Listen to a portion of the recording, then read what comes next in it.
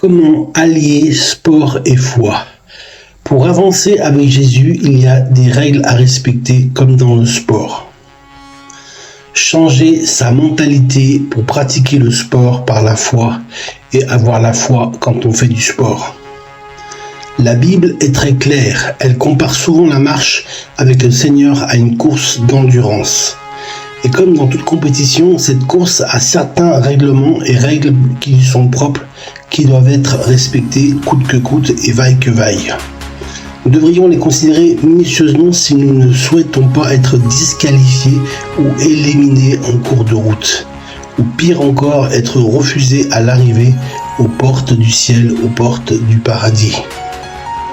L'apôtre Paul nous a rappelé qu'il est important de combattre le bon combat, le combat de la foi, d'achever sa course.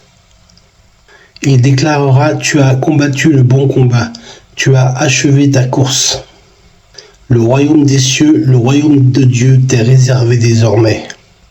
Mais avant tout cela, il faut courir en respectant quelques règles. Les règles du jeu, les règles du sport. En effet, nombreuses sont les règles à suivre dans l'accomplissement de notre course dans la foi chrétienne. La parole de Dieu les expose en détail. D'abord, il faut viser la réussite pour ne pas courir en vain. Notre but est d'aller au ciel, au paradis. Et l'espérance de vivre éternellement avec Dieu ne doit jamais quitter notre esprit. En plus de la connaissance de notre but, nous ne devrions pas non plus nous embarrasser des affaires de la vie courante, des affaires de la vie de ce bas monde. C'est-à-dire que nous ne sommes plus appelés à courir après les plaisirs de la chair, qui sont vains et éphémères de cette terre, richesse, gloire, titres, etc. Nous devrions être sobres en toutes choses, amen, et vivre de manière à plaire à Dieu dans tous les domaines de notre vie, y compris le sport. Ce n'est pas une course de relais, c'est bien une course individuelle. Même s'il est possible de se tenir la main en route, sachez qu'il s'agit d'une course individuelle propre à chaque personne. Tu es arrivé seul sur la terre et comme sur le point de départ d'une piste, tu quitteras seul cette terre. Amen. Tu choisis seul aussi de suivre ou de ne pas suivre le Seigneur Jésus. Mais la parole de Dieu dit dans 2 Corinthiens chapitre 5 au verset 2, version Louis II, « Nous vous en supplions au nom du Christ, soyez réconciliés avec Dieu. » Amen. Alors, qu'est-ce que ça veut dire être réconcilié? Ce n'est plus vivre dans le péché, c'est vivre par l'Esprit. Que je diminue, Seigneur, afin que toi tu augmentes dans ma vie. Amen. Mon ami, ni ta famille, ni tes amis, ni ton pasteur ou ton prêtre, ton responsable spirituel ne peut courir à ta place. C'est toi qui cours, mon ami, c'est moi qui cours.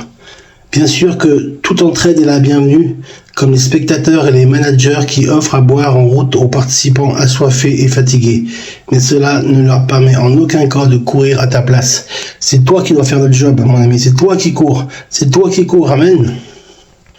Et cela me concerne. Prêcher aux autres ne signifie pas en aucun cas que tu as déjà gagné la course, amen. Bien plus, tu dois redoubler d'efforts pour courir assez vite, pour aider quelqu'un sur le chemin sur le bas-côté, qui a besoin de ton aide à l'instant T. C'est donc bien un marathon, une endurance.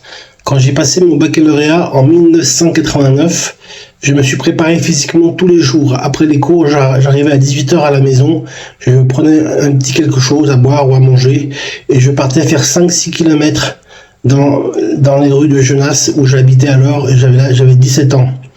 Et je me préparais en vue du semi-marathon, 21 km 200 que nous avons parcouru en avril 1989, parce que ça faisait partie donc des épreuves d'endurance, le semi-marathon au baccalauréat, à l'externat Sainte-Marie de la Verpillière, dans le 38. Eh bien, voyez-vous, je suis parti tout doucement à ce marathon. Il y avait 3 écoles. L'externat Sainte-Marie de la Verpillière. Nous étions 24 élèves dans notre classe, en terminale G2. Je suis parti tout tranquillement, sans trop me presser, mais je ne me suis jamais arrêté, ni pour les ravitaillements, ni je ne me suis jamais arrêté. Tous les sportifs qui faisaient du foot, sont partis en courant et ils se sont arrêtés à 10 km. Et moi, j'ai fait le semi-marathon en 1h52 minutes. Il fallait faire en moins de 2 heures pour avoir 20 sur 20 au bac. Et j'ai eu 20 sur 20 au bac à l'épreuve d'endurance, le semi-marathon. Merci Seigneur et merci Samuel d'avoir préparé ta course, d'avoir préparé le chemin du Seigneur. Amen. Donc pour moi, en tant que participant, c'était vraiment un résultat remarquable. Moins de 2 heures pour 21 km de centre de course. Dieu m'a donné un esprit de force. Dans 2 Timothée 1,7, version du second, il y aura toujours des moments où l'on doit faire face aux épreuves. Mais ne lâchons jamais notre position. Notre position est en Christ et doit rester en Christ. Amen. Apprenons à savoir supporter la souffrance et les épreuves de la vie. Mettons-nous à l'esprit que nous avons une victoire à remporter. Il ne faut pas non plus se retourner en arrière. Ne te retourne pas en arrière, mais vis au jour le jour. Vis au présent, pas dans le passé ni dans le futur. Amen. C'est-à-dire de dépenser son temps et son énergie à se lamenter des choses passées ou à se préoccuper des choses qui vont nous tomber sur la tête dans un proche ou lointain avenir. Ou passer son temps à observer ce que font les autres coureurs. Occupe-toi de toi, de ta course. Amen. Regardons toujours en avant, toujours en avant. Amen. Dans Philippiens 3, chapitre 3, verset 13, version du second, « Frère, je ne pense pas l'avoir saisi, mais j'ai fait une chose, oubliant ce qui est en arrière et me portant vers ce qui est en avant. » Amen. Ainsi donc, la ligne d'arrivée peut être plus ou moins éloignée selon la durée des années qui nous restent à vivre sur cette terre. La vitesse y est pour quelque chose, mais le plus important, c'est de te tenir jusqu'à la fin, malgré la portée de la distance et l'effort que tu consens, l'effort que tu mets à réaliser, à finir ta course, comme dans un marathon ou un semi-marathon, comme je te le disais pour moi tout à l'heure. Soyons sûrs de remporter la victoire, courons sérieusement, de manière régulière, pour nous appliquer à pratiquer la parole de Dieu, à lire la Bible et prier chaque jour. Amen. Ici, 1 Corinthiens 9, 22, version du second aussi. « Ne savez-vous pas que ceux qui courent dans le stade courent tous, mais qu'un seul remporte le prix ?»